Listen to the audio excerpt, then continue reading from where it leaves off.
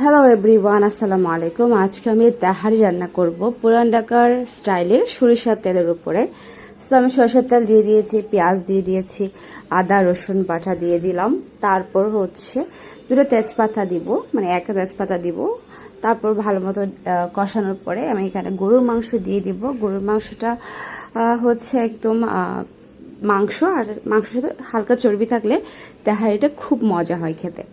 তারপর হচ্ছে ভালো মতো নেড়ে ছেড়ে কাঁচামরিচ, তারপর লবণ, তারপর হচ্ছে তেহারি মশলা। তেহারি মশলা হচ্ছে জয়ফল, এলাচ, তারপর হচ্ছে দারচিনি, লবঙ্গ। এটা দিয়ে আপনি গুঁড়ি করে নিতে পারেন।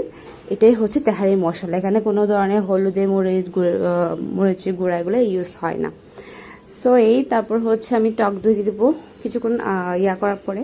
তারপর নেড়ে ছেড়ে আমি কিছুক্ষণ একদম ছোট করে মাংসটা সিদ্ধ হতে দেব।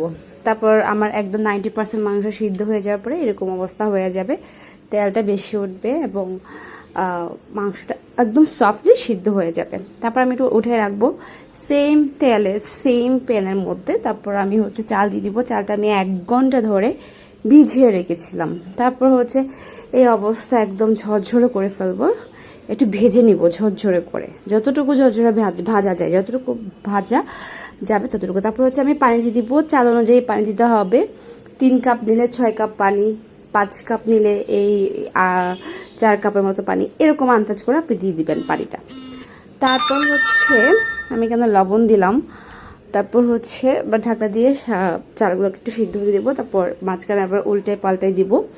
উল্টে পাল্টা দেওয়ার পরে আমি এখানে কাঁচা মরিচ আর হচ্ছে গোলাপ জল ইউজ করব। কেওড়া জলে ইউজ করা যায়, এটা ফ্লেভারটা সুন্দর দেয়। তারপর আমি ঢাকনা দিয়ে রেখে দিলাম। তারপরে একদম 70-80% যখন আমার হয়ে যাবে তখন আমি এখানে মাংস অ্যাড করব। মাংস অ্যাড করে নেড়ে ছেড়ে দিয়ে ভালো মতো আমি এটা 10 মিনিটের মতো দমে রেখে দেব।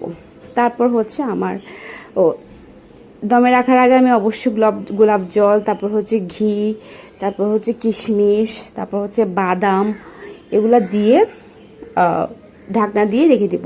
যে আপনি যত আপনার যেরকম ভালো লাগে আপনি সেরকম দিতে পারেন।